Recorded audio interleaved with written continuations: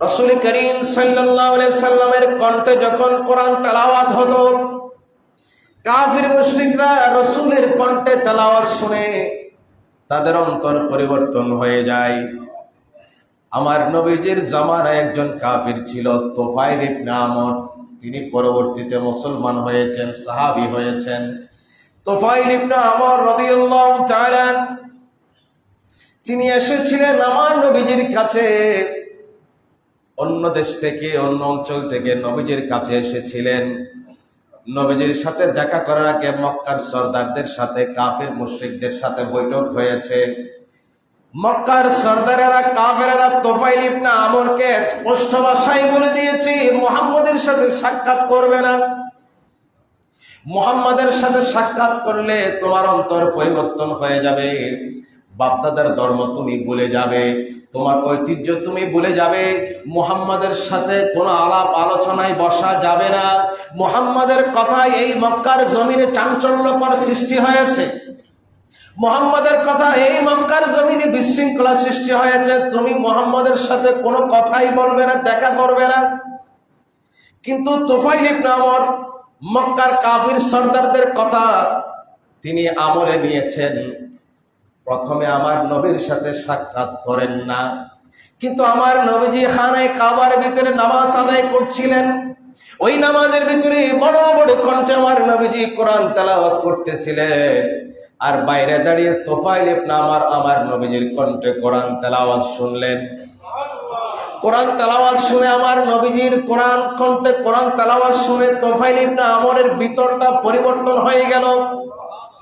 সিদ্ধান্ত ছিল নবীজির সাথে সে দেখা করবে না, সাক্ষাৎ করবে না। কিন্তু নবীজির জাদুকরী কণ্ঠে, মায়াবী কণ্ঠে কোরআন তেলাওয়াত শুনে নিজের সিদ্ধান্তের উপরে আর অটল থাকতে পারলো না। নবীজি মসজিদুল হারাম থেকে, খানায় কাবা থেকে বের হবার সাথে সাথে তুফাইল ইবনে আমর আমার নবীজির পেছনে পেছনে চলতে লাগলেন। নবীজির পিছু নিলেন। তুফাইল ইবনে আমর বলতে লাগলেন, হে মুহাম্মদ সাল্লাল্লাহু আলাইহি সাল্লাম, খানায় কাবার ভিতরে আপনি কি যেন তেলাওয়াত করছিলেন, আমার কানে একটু করে আওয়াজ এসেছে। এত মধু, এত আকর্ষণ, এত সুন্দর, এত মাধুর্যয়া। হে মুহাম্মদ সাল্লাল্লাহু আলাইহি সাল্লাম, এই তেলাওয়াত সামান্য শুনে আমার অন্তরে জাগরণ সৃষ্টি হয়েছে, আমার অন্তরে এমন একটা তোলপাট সৃষ্টি হয়েছে। ওগো নবী, আপনি আবারও কিছু তেলাওয়াত আমাকে শুনিয়ে দেন, আরো কিছু তেলাওয়াত আপনি শুনিয়ে দেন। তুফাইল ইবনে আমরের অনুরোধ রাখতে গিয়ে আমার নবীজি কুরআনুল কারীম থেকে আরো কিছু তেলাওয়াত করলেন। তুফাইল ইবনে আমর বললেন, ইয়া রাসূলুল্লাহি, জীবনের বহু দেশে গিয়েছি, বহু সাহিত্যিকের সাথে বসেছি, বহু গণকের সাথে বসেছি, বহু জাদুঘরের সাথে বসেছি।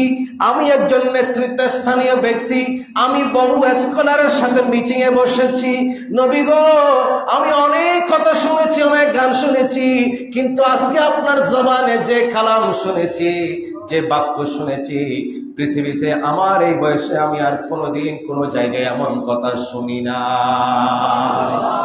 ইয়া রাসূলুল্লাহ, আমার অন্তর পরিবর্তন হয়ে গেছে, আমার অন্তর পরিবর্তন হয়ে গেছে। সিদ্ধান্ত ছিল আপনার কাছে যাব না, আপনার ছোঁয়া নেব না, আপনার সামনে বসবো না। নবী গো, আপনার কণ্ঠে কোরআন শুনে এখন আমি বলতে বাধ্য হচ্ছি, আমি আপনার কদমে গোলাম হিসেবে বনে যেতে চাই। নবী গো, আমাকে আপনি আপনার গোলাম বানিয়ে নেন, আর আমাকে পড়াইয়া দেন লা ইলাহা ইল্লাল্লাহু মুহাম্মাদুর রাসূলুল্লাহ সাল্লাল্লাহু